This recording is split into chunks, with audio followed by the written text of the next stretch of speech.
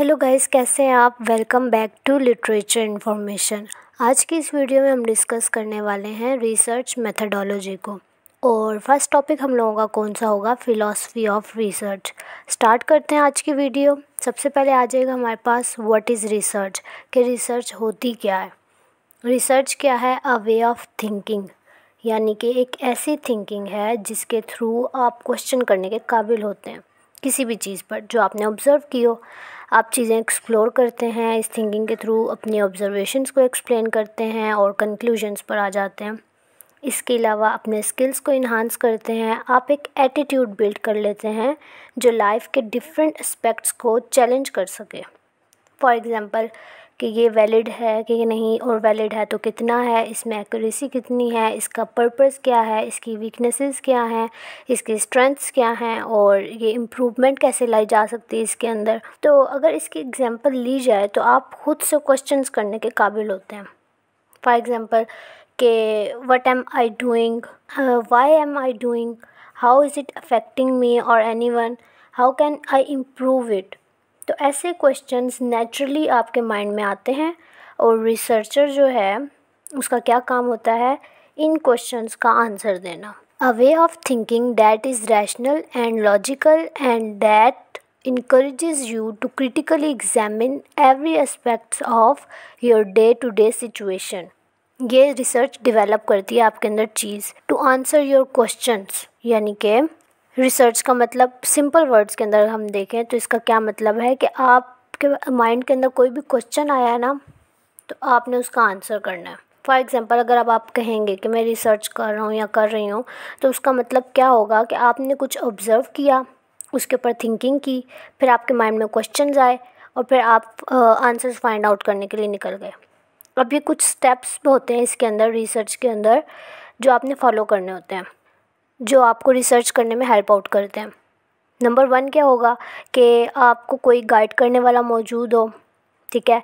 Number 2 के ऊपर क्या होगा कि आपको कुछ मेथड्स, प्रोसीजर्स और टेक्निक्स का इस्तेमाल करना होगा। और नंबर 3 पे क्या होगा कि आपको देखना होगा कि जो आप रिसर्च कर रहे हैं वो कितनी वैलिड है और कितनी उसके अंदर एक्यूरेसी है वगैरह, ठीक है। तो ये कुछ स्टेप्स होते हैं, ये सारे मिलाकर फिर हम इसको सबको रिसर्च वगैरह कहते हैं और ये सारा रिसर्च का प्रोसेस होता है। अगर हम अब इसकी डेफिनेशन देखें तो 2 सिलेबल्स से ये मिलकर बनी है, री और सर्च।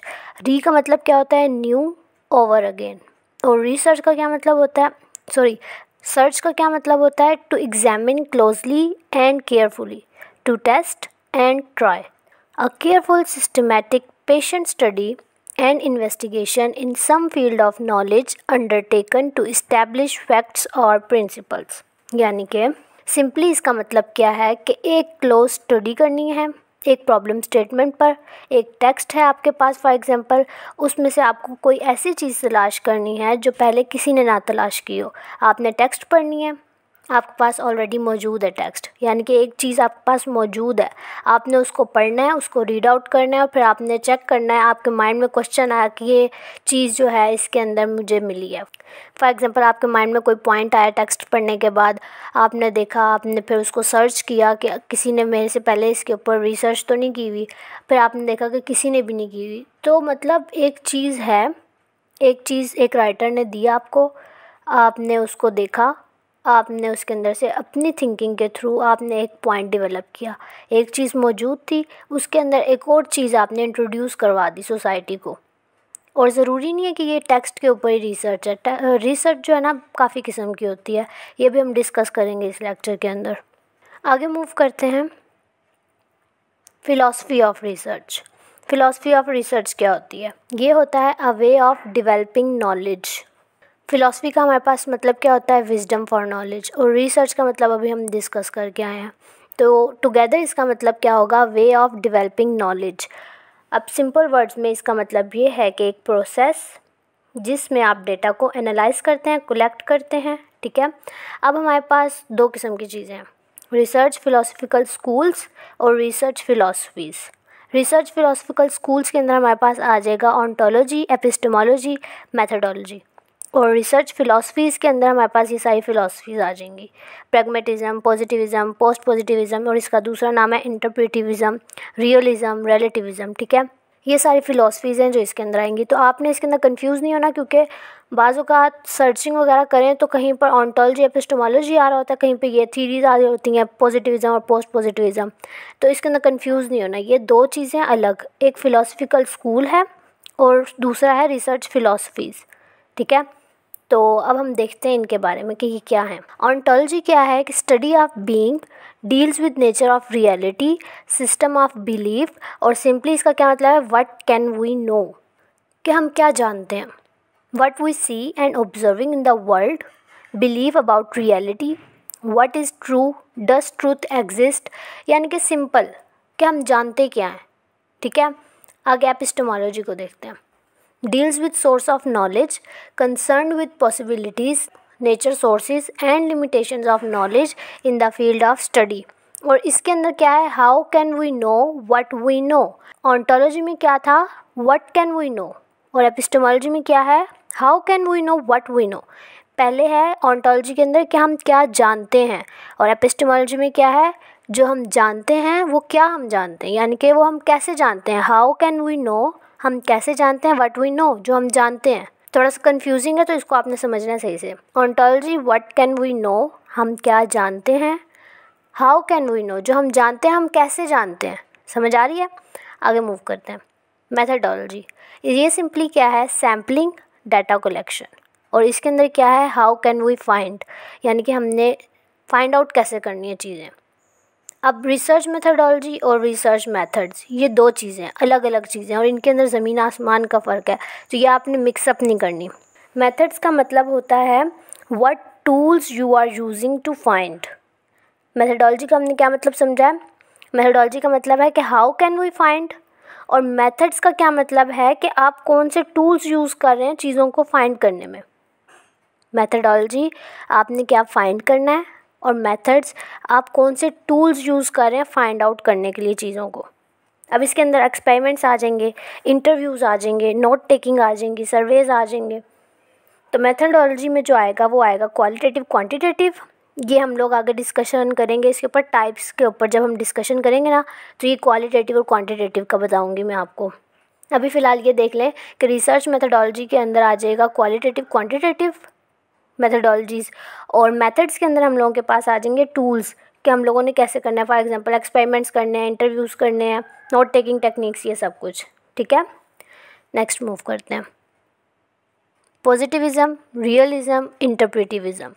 पॉजिटिविज़म सबसे पहले ये अप्रोच है जो चूज़ करते हैं रिसर्चर रिसर्च करते हुए, ये होती है साइंस स्टूडेंट्स के लिए पॉजिटिविस्टिक अप्रोच, ठीक है। तो इसके अंदर क्या है, positivistic approach seeks to identify, measure and evaluate any phenomena and to provide rational explanation for it।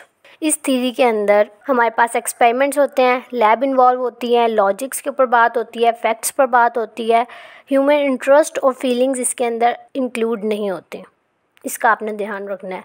और ये किसके लिए होती है, साइंस स्टूडेंट्स के लिए होती है, क्योंकि इसके अंदर परसेंटेज और नंबर्स और मेजर वगैरह ये सारी चीज़ें, और एक्सपेरिमेंट्स, लैब्स वगैरह, इस तरह की चीज़ें इसमें आ जाती हैं इस तरह की रिसर्च के अंदर। रियलिज़म फ़िलासफ़ी क्या है कि realise on the idea of independence of reality from human mind, what you see is what you get. ये सिंपली इसका मतलब है कि रियलिटी बेस होती है ये, और रियलिटी के ऊपर आपने सर्चिंग करनी है, जो आपने देखा, जो आपने ऑब्ज़र्व किया वो, ठीक है। इसके बाद हमारे पास आ जाएगा interpretivism is to interpret the elements. इसमें क्या आ जाएगा, फीलिंग्स, ह्यूमन इंटरेस्ट, यानी कि इसके अंदर मल्टीपल मेथड्स होते हैं जो आपको फॉलो करने होते हैं। इसमें इंटरव्यूज़ आ जाएंगे, ऑब्जर्वेशन आ जाएंगी, और ये किसके लिए होती है, लिटरेचर वाले स्टूडेंट्स के लिए होती है। पॉजिटिविज़म हमने पढ़ी है, साइंस स्टूडेंट्स के लिए होती है, और इंटरप्रेटिविज़म जो होती है ये होती है लिटरेचर वाले स्टूडेंट्स के लिए। हम लोगों के लिए फ़िलहाल इम्पोर्टेंट पॉजिटिविज़म और इंटरप्रेटिविज़म है, बाकी और कोई इम्पोर्टेंट नहीं है, ठीक है। तो अभी फ़िलहाल आपके माइंड में ये होना चाहिए कि पॉजिटिविज़म किस लिए है और इंटरप्रेटिविज़म किस लिए। इसका मैंने डिफरेंस भी किया, आगे देखते हैं कि नेचर ऑफ रियलिटी इनकी क्या होती है। पॉजिटिविज़म बात करता है सिंगल ट्रूथ के ऊपर, और इंटरप्रेटिविज़म बात करता है मल्टीपल ट्रूथ के ऊपर। गोल ऑफ रिसर्च क्या होता है कि पॉजिटिविज़म में एक्सप्लेनेशन होती है, स्ट्रॉन्ग प्रिडिक्शंस होती हैं, जबकि पोस्ट पॉजिटिविज़म में अंडरस्टैंडिंग होती है, ऑब्जर्वेशन होती हैं और इसके अंदर वीक प्रिडिक्शंस होती हैं। और फोकस ऑफ इंटरेस्ट इन दोनों का क्या होता है? पॉजिटिविज़म का क्या है कि what is general, average and representative, और इंटरप्रेटिविज़म का क्या होता है? व्हाट इज़ स्पेसिफिक और यूनिक। सिंपल वर्ड्स में अगर हम लोग देखें तो एक तरफ हमारे पास लॉजिक्स, रीजंस दी जाती हैं और दूसरी तरफ हमारे पास ह्यूमन इमोशंस और सफरिंग को ऑब्जर्व किया जाता है। एक रिसर्च में बताते हैं कि ये प्रॉब्लम है या ये इशू है, और दूसरी रिसर्च में बताते हैं कि उस प्रॉब्लम या इशू की वजह क्या बनी, उसके पीछे वजह क्या थी। सेम जिस तरह साइंस के अंदर होता है, फॉर एग्जांपल अगर डॉक्टर की मिसाल ली जाए, डॉक्टर आपको बताता है कि आपको ये वाली बीमारी है तो ये आपकी दवाई है। जबकि लिटरेचर वाले जो होते हैं वो क्या करते हैं, उन्होंने फाइंड आउट करना है कि वो बीमारी उस बंदे को क्यों हुई, ऐसी कौन सी सिचुएशन थी, कौन से सर्कमस्टांसिस थे, कौन सी ऐसी चीज़ें थी जिसके अंदर वो बंदा घिरा हुआ था जो उसके साथ ये सारी वजह बनी। डॉक्टर ने कभी आपको नहीं बताया कि आपको बीमारी हुई क्यों, वो सिर्फ बताता है कि आपको ये बीमारी है और ये इसका इलाज है। जो रीज़न्स होती हैं वो फाइंड आउट करती हैं लिटरेचर वाले। तो उम्मीद है आप लोगों को समझ आ गई होगी। तो ये आज थी हमारी फ़िलॉसफी ऑफ रिसर्च। इसका लेक्चर हम लोग का एंड होता है। नेक्स्ट हम लोग डिस्कस करेंगे टाइप्स ऑफ रिसर्च। आज की वीडियो इतनी ही। वीडियो पसंद आई है तो वीडियो को लाइक करें, शेयर करें और सब्सक्राइब करना नहीं भूलिएगा। मिलते हैं नेक्स्ट वीडियो में। अल्लाह हाफिज़।